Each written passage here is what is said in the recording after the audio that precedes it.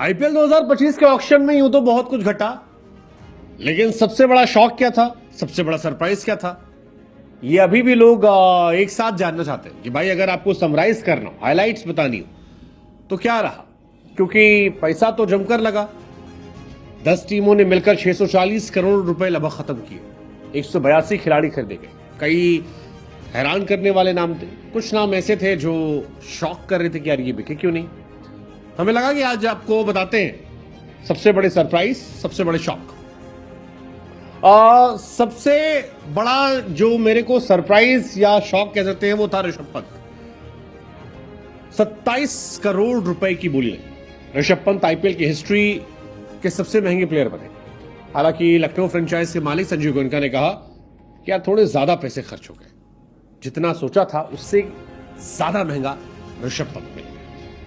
नीलामी के दौरान ऋषभ पंत के लखनऊ ने 20 करोड़ की बोली लगाई थी। दिल्ली कैपिटल ने पंत को वापस लेने के लिए राइट आरटीएम कार्ड खेला और ऋषभ पंत को टीम में शामिल करने के लिए इसके बाद लखनऊ ने 6.25 सीआर बढ़ाते हुए पंत की बोली 27 करोड़ रुपए कर दी। ऋषभ पंत को लेकर दिल्ली ने हाथ खींचे और आखिर में लखनऊ की टीम ने बाजी मारी। पंत को लखनऊ टीम ने खरीद लिया 27 करोड़ रुपए। हालांकि गोयनका साहब को लग रहा ज्यादा पैसा चला गया। दूसरा जो सरप्राइज मेरे लिए था वो था श्रेयस अय्यर।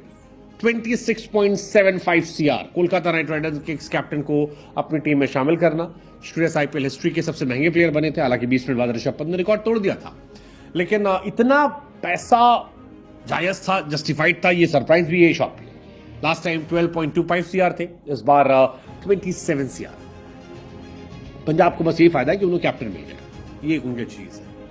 वेंकटेश अय्यर केकेआर ने 23.75 सीआर जो है उनके नाम पे खर्च कर दिए। वेंकटेश अय्यर भी अगेन एक सरप्राइज थे, क्योंकि श्रेयस अय्यर बहुत महंगे बिके, वो विनिंग कैप्टन थे, लेकिन वेंकटेश अय्यर पर 23.75 सीआर केकेआर के लिए खेल रहे थे, कम पैसों में खेल रहे थे।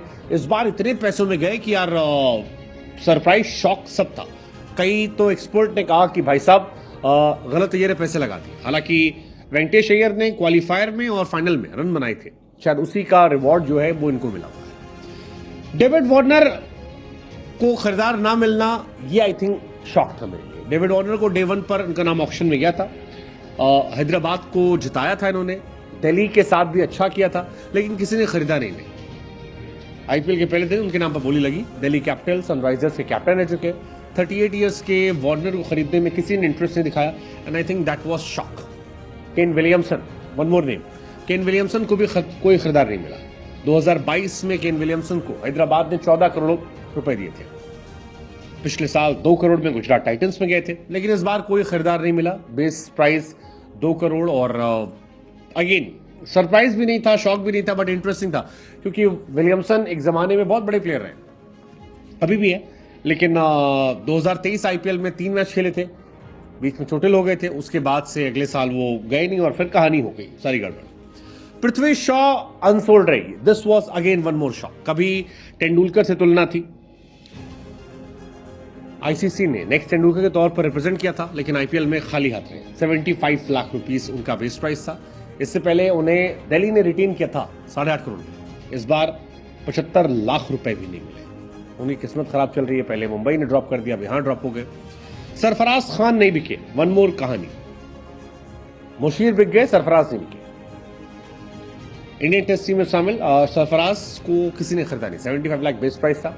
दिल्ली कैपिटल ने 2023 में खरीदा था, काफी खिलाया भी था, लेकिन इस बार उन्हें कोई खरीदार नहीं मिला। उनके भाई मुशीर को पंजाब ने खरीदा है 30 लाख रुपए के बेस प्राइस में। मुशीर इंटरेस्टिंग भी है, देखना दिलचस्प होगा मुशीर क्या करते हैं। देन वैभव सूर्यवंशी ने इतिहास रचा। सबसे कम उम्र के खिलाड़ी जो ऑक्शन में गए, आई थिंक ये बहुत इंटरेस्टिंग था। 13 साल 8 महीने इनकी उम्र है और वैभव किसी भी फ्रेंचाइज द्वारा चुने जाने वाले सबसे कम उम्र क्रिकेटर। 1 करोड़ 10 लाख में खरीदा गया है। अंडर 19 एशिया कप के लिए फिलहाल वो दुबई में है, तो ये इंटरेस्टिंग है। वैभव के लिए दिल्ली, राजस्थान दोनों ने जोर लगाया। वैभव 30 लाख से कीमत 1 करोड़ 10 लाख पर गई और राजस्थान ने लगाई, दिल्ली ने हार मानी। आईपीएल 2025 में संजू सैमसन ही कैप्टनसी में खेलेंगे। काफी लोग खुश हैं इनके वहां जाने को लेकर, क्योंकि दिल्ली नए बच्चे ले तो लेती है लेकिन ग्रूम नहीं करती, राजस्थान ग्रूम भी करती है, तो शायद एक अच्छा फ्यूचर इनका निकल कर आया। इस बार सबसे यंग प्लेयर थे जो ऑक्शन में गए थे और इंटरेस्टिंग चॉइस ये भी है, इस साल फर्स्ट क्लास डेब्यू भी मुंबई के सामने किया था। जिमी एंडरसन को आईपीएल ऑक्शन में नहीं किसी ने खरीदा। आईपीएल हिस्ट्री में पहली बार था कि जिमी एंडरसन ने ऑक्शन के लिए रजिस्टर्ड करवाया था 1.25 CR बेस प्राइस पर आईपीएल 2025 के लिए, लेकिन किसी को इंटरेस्ट नहीं था। 42 साल के जिमी एंडरसन को कोई टीम शामिल करती तो फायदे का सौदा होता, क्योंकि गेंदबाजों को गेंदबाजी की टिप्स वो दे सकते थे। एज अ कोच काफी इंटरेस्टिंग चॉइसेस होते थे, बट नहीं खिला गया। और आखिर में